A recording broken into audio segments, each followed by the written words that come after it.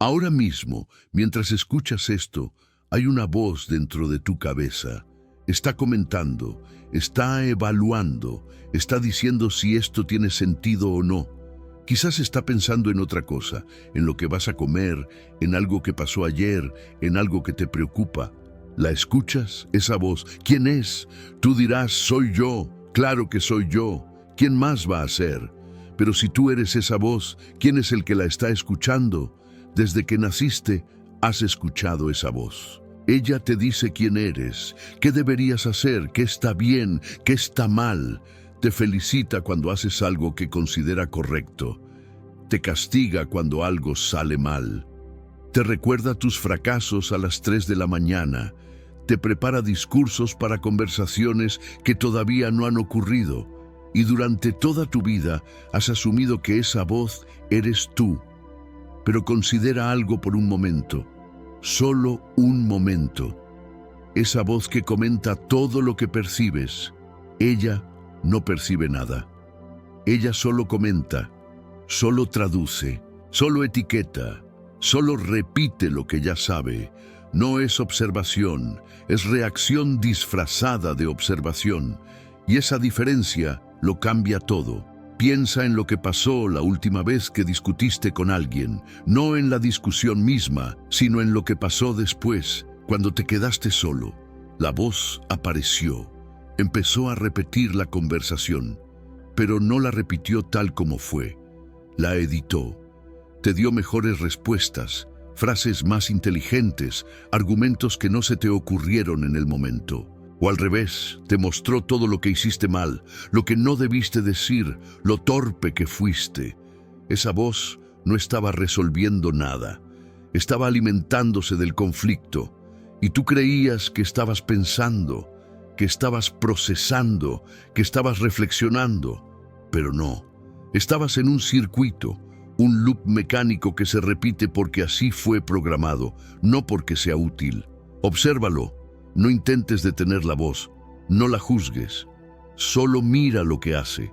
Mira cómo salta de un pensamiento a otro, cómo construye escenarios, cómo te convence de que necesitas resolver algo que ya pasó o que todavía no existe. Mira cómo no descansa. Desde la infancia te enseñaron a identificarte con tu pensamiento. Te dijeron que pensar es inteligencia, que quien piensa más vale más, que la persona que tiene respuestas rápidas, opiniones claras, juicios definidos, es la persona más capaz. Y entonces construiste toda tu identidad alrededor de esa voz. Tu nombre, tus creencias, tus preferencias, tus opiniones políticas, tu sentido de lo correcto y lo incorrecto. Todo eso es la voz. Todo eso es pensamiento acumulado, memoria organizada, experiencia pasada repitiéndose como si fuera presente. Cuando alguien te critica, ¿qué duele? No duele tu cuerpo, duele la imagen que la voz construyó de ti mismo, la idea de quién eres. Esa idea es tocada, amenazada, y entonces surge la defensa, la rabia, el dolor.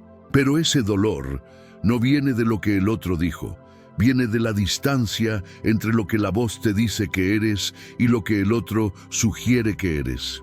¿Ves eso? El sufrimiento no viene de afuera, viene de la imagen interior, de la construcción del pensamiento que dice, yo soy esto. Y cuando algo contradice eso, hay conflicto.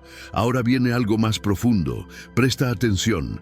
Cuando dices, voy a observar mis pensamientos, ¿quién observa? Tú dices, yo observo. Pero ese yo que observa no es también un pensamiento. No es la misma voz, ahora disfrazada de observador. Es como un ladrón que se disfraza de policía para buscarse a sí mismo. Nunca se va a encontrar, porque él es lo que está buscando. Eso es exactamente lo que pasa cuando intentas observar tu mente. El pensamiento crea una ilusión de separación. Dice, aquí estoy yo, el observador, y allá está el pensamiento que observo. Pero el observador y lo observado son lo mismo. Son el mismo movimiento del pensamiento dividiéndose artificialmente para crear la sensación de control. Y esa división es la raíz de tu conflicto interior. porque el momento en que hay un observador separado de lo observado, hay juicio. El observador dice, esto está bien, esto está mal, esto me gusta, esto no me gusta, debería ser diferente, debería cambiar. Y ese juicio constante es lo que tú llamas ansiedad. No es un trastorno, no es un desbalance químico misterioso, es el pensamiento en guerra consigo mismo, creyendo que es dos, cuando en realidad es uno. Ahora fíjate en lo que la mente acaba de hacer. Escuchó eso sobre la voz y el observador, y ahora quiere hacer algo con esa información. Quiere aplicarla. Quiere practicar la observación sin observador. Quiere convertir esto en una técnica, en un método, en un ejercicio matutino de 15 minutos. ¿Lo ves? Es la misma voz, el mismo mecanismo. Tomó una comprensión profunda y la transformó en un proyecto, en un objetivo, en algo que lograr. Y en el instante en que hizo eso, destruyó la comprensión. Porque la observación verdadera no es algo que haces, no es un paso que tomas, no es un método que practicas. La observación ocurre cuando no hay nadie intentando observar, cuando el esfuerzo por ver se disuelve y solo queda el ver. Es como intentar dormirte. El esfuerzo por dormir es precisamente lo que te mantiene despierto. Solo cuando dejas de intentar, el sueño viene. No porque lo conquistaste, sino porque dejaste de interferir. Lo mismo pasa con el silencio interior. No puedes forzar el silencio.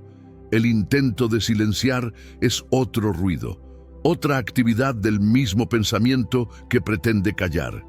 ¿Quién va a callar a quién si es la misma cosa? Intenta algo.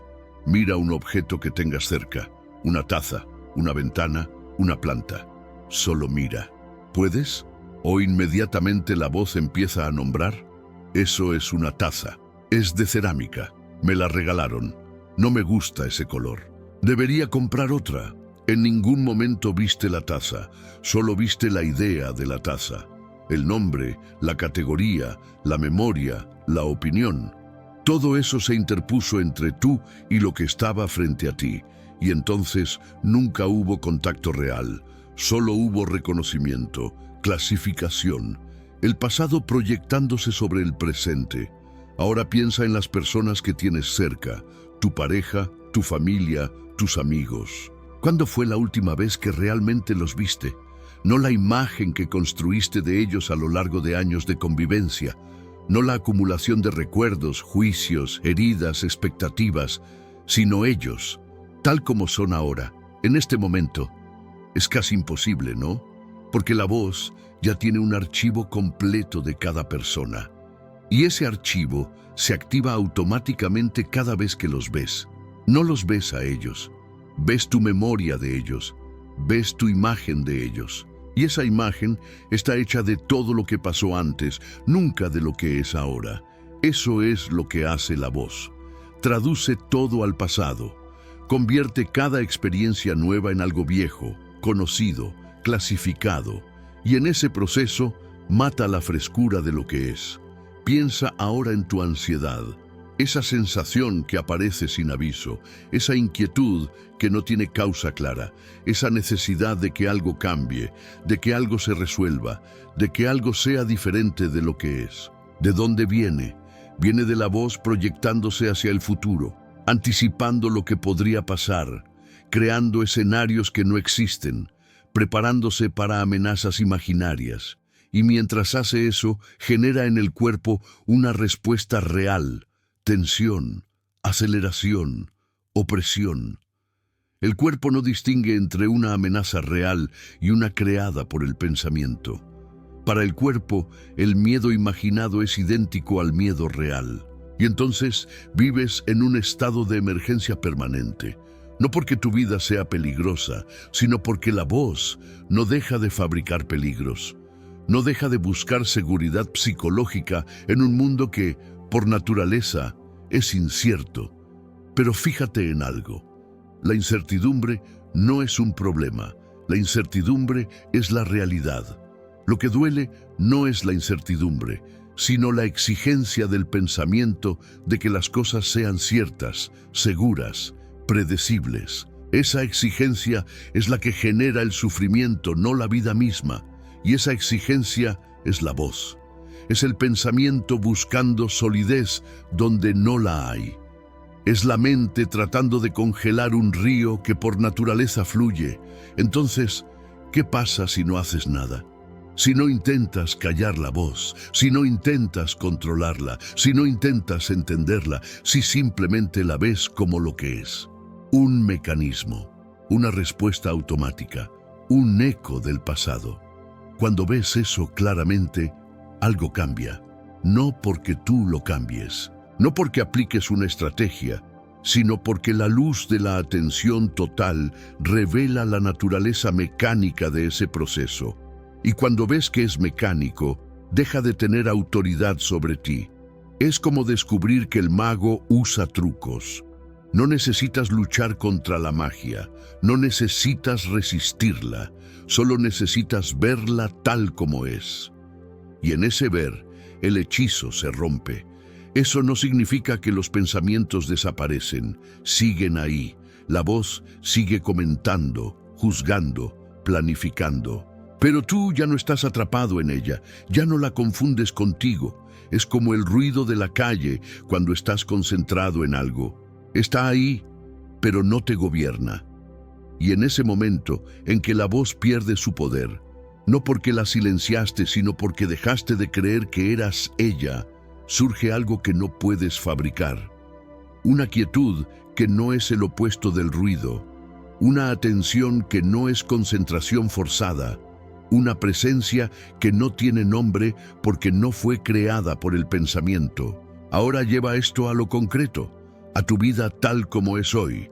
Cuando sientes miedo, la voz aparece inmediatamente. Empieza a buscar causas, a fabricar soluciones, a imaginar salidas. Pero antes de todo eso, antes de la intervención del pensamiento, hay solo miedo. Una energía en el cuerpo, una sensación. Nada más. ¿Puedes estar con esa sensación sin que la voz intervenga? ¿Puedes sentir el miedo sin nombrarlo, sin explicarlo, sin huir de él, sin buscar consuelo? Solo sentir lo que está ahí. Si puedes, aunque sea por un instante, descubrirás que el miedo no es tan sólido como parecía. Es un movimiento, una ola, y las olas pasan. No porque las derrotes, sino porque esa es su naturaleza. Vienen y van. Lo que las hace permanentes es la resistencia. Es la voz diciendo, no debería sentir esto, tengo que resolver esto, algo anda mal conmigo. Esa narrativa es lo que congela la ola, lo que la convierte en muro, lo que transforma una emoción pasajera en un estado crónico. Lo mismo con la tristeza, lo mismo con la soledad, lo mismo con la rabia, son movimientos naturales de la mente.